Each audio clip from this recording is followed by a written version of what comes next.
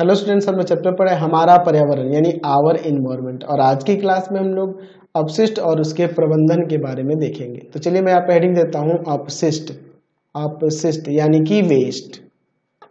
Waste हम लोग जितने भी गतिविधियां करते हैं उसका सीधा प्रभाव हमारे पर्यावरण पर पड़ता है, इतना तो हम लोग जानते हैं।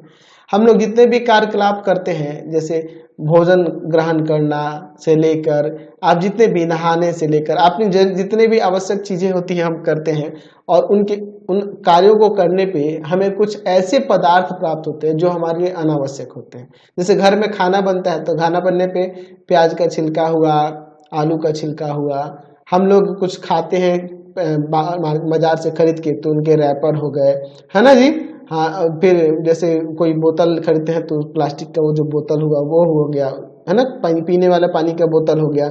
ये सब चीजें जो है हम लोग अनावश्यक समझ के उसे फेंक देते हैं, और इन्हीं अनावश्यक चीजों को हम लोग क्या कहते हैं, इन्हीं अनावश्यक पदार्थों को हम लोग अपशिष्ट कहते हैं। तो हम लोग इसे परिभाषित कर सकते हैं। अपशिष्ट को कैसे परिभाषित कर सकते हैं जी, कि मनुष्य की विभिन्न गतिविधियों की विभिन्न गतिविधियों विभिन्न गतिविधियों का सीधा प्रभाव पर्यावरण पर पड़ता है। प्रतिदिन अपने कार्यकलापों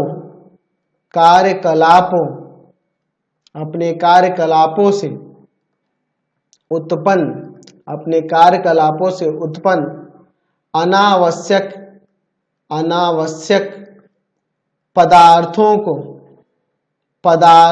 को हम जहां तहां फेंक देते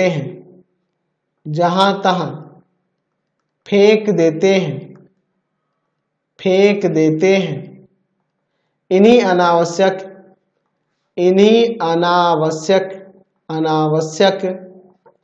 पदार्थों को अपशिष्ट कहते हैं। क्या कहते हैं जी, अपशिष्ट कहते हैं।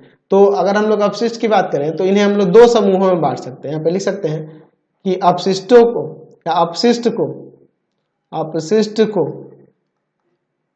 अपशिष्ट पदार्थों को ऐसे लिख देते हैं। अपशिष्ट पदार्थों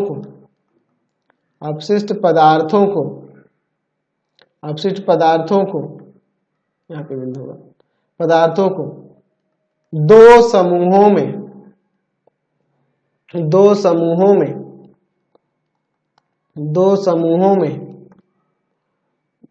समूहों में बांटा जा सकता है।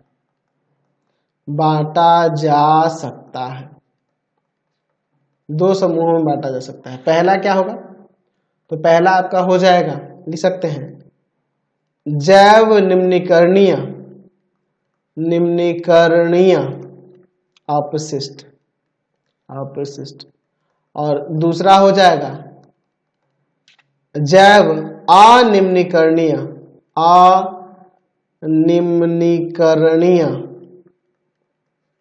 अपशिष्ट। तो चलिए एक एक करके दोनों के बारे में समझते हैं, ठीक है। चलिए तो देखते हैं। पहले हम लोग एक नंबर में लिख देते हैं, जैव निम्नीकरणीय अपशिष्ट क्या होता है।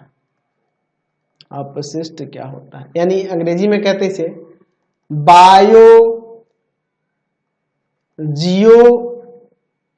बायोडिग्रेडेबल लिख सकते हैं हम लोग। यहाँ पे बायोडिग्रेडेबल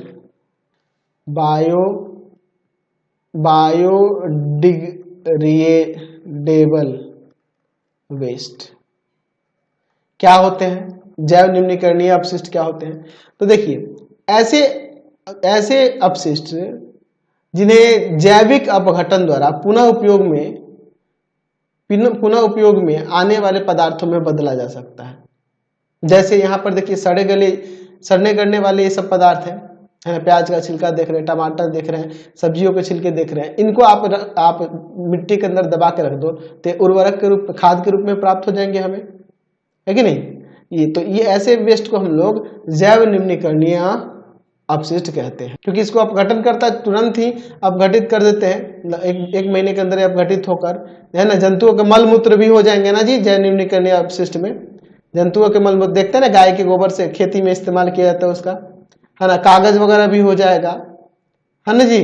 कपड़े वगैरह भी इसमें आ जाएंगे, क्योंकि वो भी आसानी से सड़गल जाते हैं, है ना जी। तो आप इसमें लिख सकते हैं कि ऐसे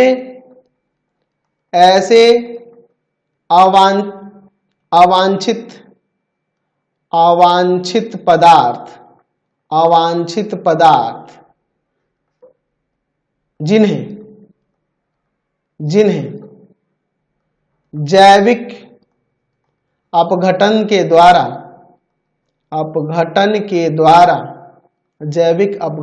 द्वारा पुनः उपयोग में आने वाले पदार्थों में बदला जाता है, या पदार्थों में बदल जाता है, ऐसे भी लिख सकते हैं, बदल जाता है, जैव निम्नीकरणीय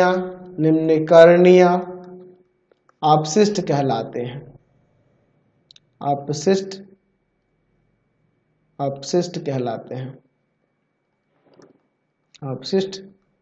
कहलाते हैं, ठीक है। तो जैव निम्नीकरणीय अपशिष्ट में लिख सकते हैं कि आप लिख सकते हैं इसमें जैसे कृषि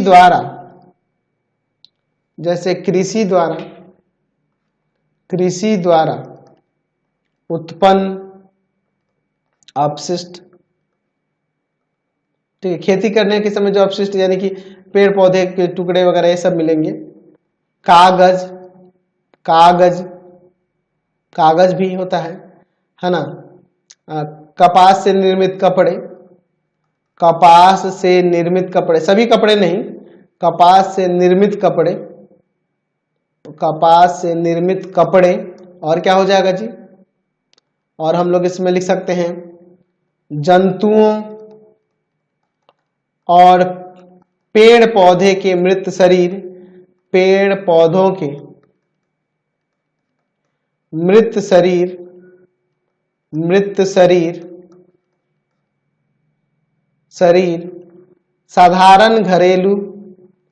साधारण घरेलू अपशिष्ट पदार्थ, ठीक है। यानी जैसे प्याज वगैरह के छिलके, वो सब आदि, ये सभी क्या कहलाएंगे, ये सभी उदाहरण आपके हो जाएंगे, है ना जी, जैव निम्नीकरणीय पदार्थ के। तो ये आसानी से आप इन सबको आसानी से इसको कहीं गड्ढे वगैरह में डाल के ढक के रख सकते हैं। ढकना इसलिए जरूरी होता है ताकि वहां पे ये बाहर की तरफ वातावरण प्रदूषित ना हो। तो ये उसको सड़ा गला कर जो अपघटन करता होते हैं उसे कन्वर्ट कर देते हैं खाद में, और उसका उपयोग हम लोग खेती में करते हैं, ठीक है। अब हम लोग बात करते हैं जैव अनिम्नीकरणीय अपशिष्ट के बारे में। चलिए दूसरा देखते हैं, जैव अनिम्नीकरणीय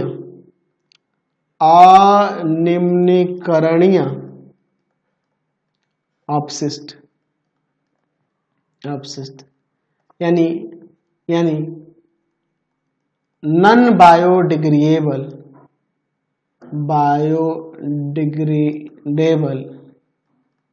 वेस्ट, जैव अनिम्नीकरणीय अपशिष्ट।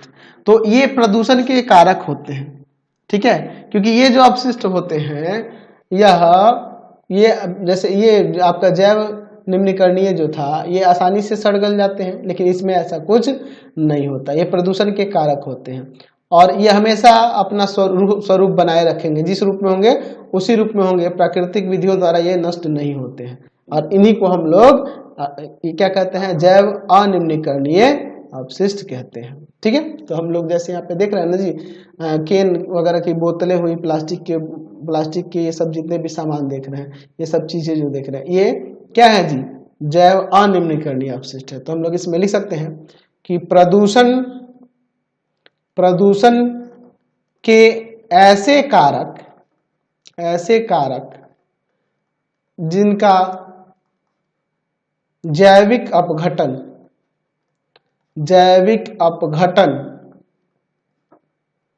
नहीं हो पाता है तथा जो अपने स्वरूप के हमेशा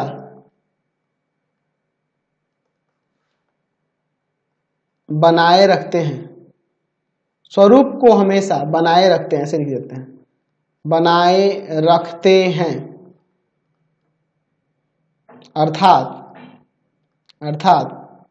आप लिख सकते हैं इसमें, अर्थात प्राकृतिक विधियों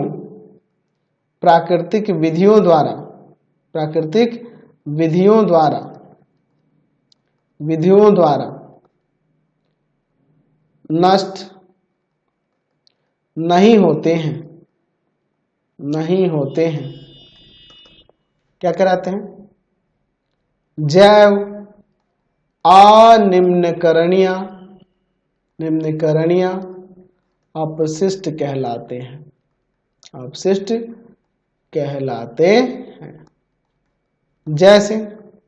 जैसे में क्या हो जाएगा, कीटनाशक,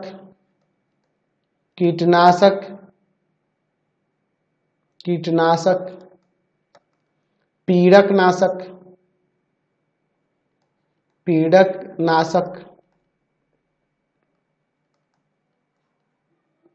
कीटनाशक हो गया, पीड़कनाशक हो गया, शीशा हो गया,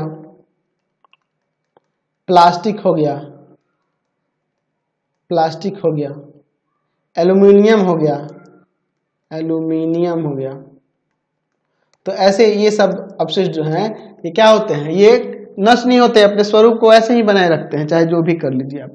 तो चलिए अब हम लोग इन कचड़ों को कैसे प्रबंधित करें ताकि इसका उपयोग भी हम लोग कर सकें, है ना, कचरा कम फैले। तो इस सब चीजों को ध्यान में रखते हुए हम लोग कचरा का प्रबंधन करना सीखेंगे। तो चलिए देखते हैं हम लोग कचरा प्रबंधन यानी कि उसको सही से मैनेजमेंट ना जी, ठीक है, कचरे को कैसे मैनेजमेंट उसका किया जाए, यानी कि कचरे को एक जगह एकत्र कर उसको वैज्ञानिक तरीके से उसका निपटान करना है, क्या कहलाएगा, कचरा प्रबंधन कहलाएगा।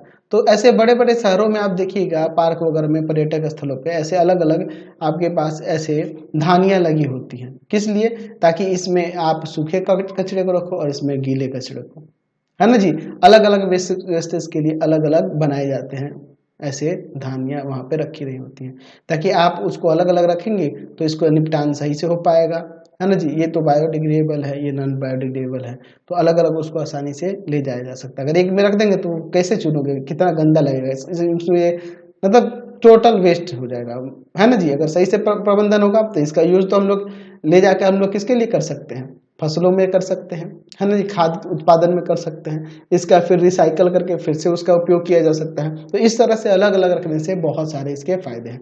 तो हमें यहाँ पे इसमें ऐसे बहुत सारे बातें को लिख सकते हैं, मैं इसको थोड़ा शॉर्ट में ही लिख देता हूँ। मैं लिख सकता हूँ यहाँ पे कि कचड़े को एक जगह एकत्र कर उसका वैज्ञानिक तरीके से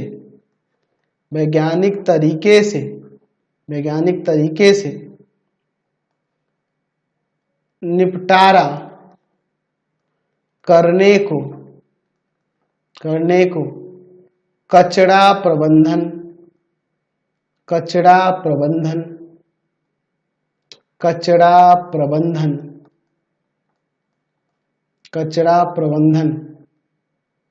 कहते हैं। बड़े बड़े शहरों पार्कों, मनोरंजन या पर्यटक स्थलों या पर्यटक स्थलों या पर्यटन स्थलों कर देते हैं, पर्यटन स्थलों आदि आदि, भीड़ भाड़ वाले जगहों, भीड़ भाड़ वाले जगहों में कचरे को एकत्र करने के लिए बड़ी बड़ी धानियां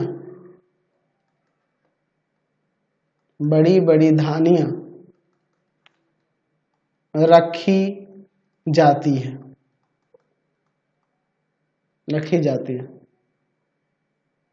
ठीक है। जिसमें लिख सकते हैं कि जैव निम्नीकरणीय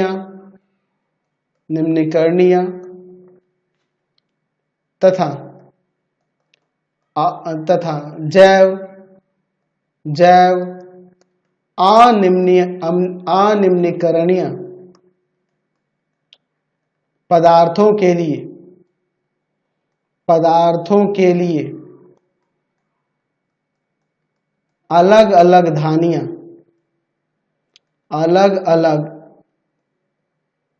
धानियां रखी जाती हैं। अगर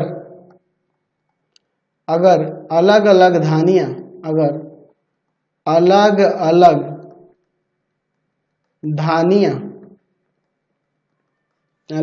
धानियां ना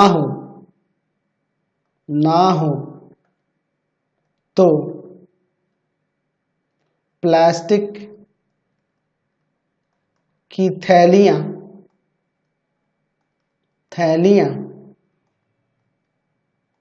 पेपर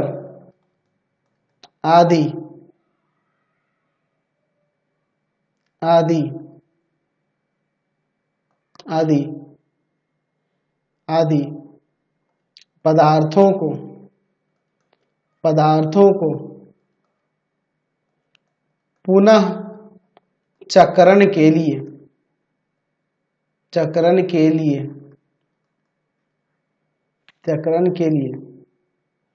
अन्य अपशिष्टों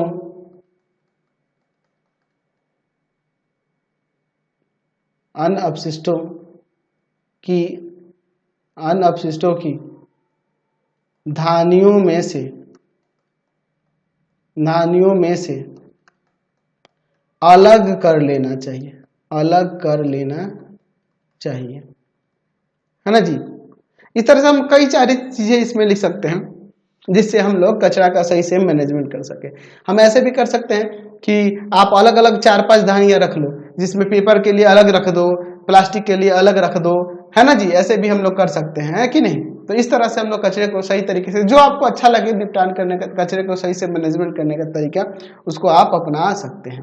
तो फिलहाल आज की क्लास में इतना ही। नेक्स्ट वीडियो में आगे देखेंगे। आपको हमारे 3 चैनलों को सब्सक्राइब करना होगा। पहला है पाथफाइंडर क्लासेस छपरा, दूसरा आपके पास है भारती भवन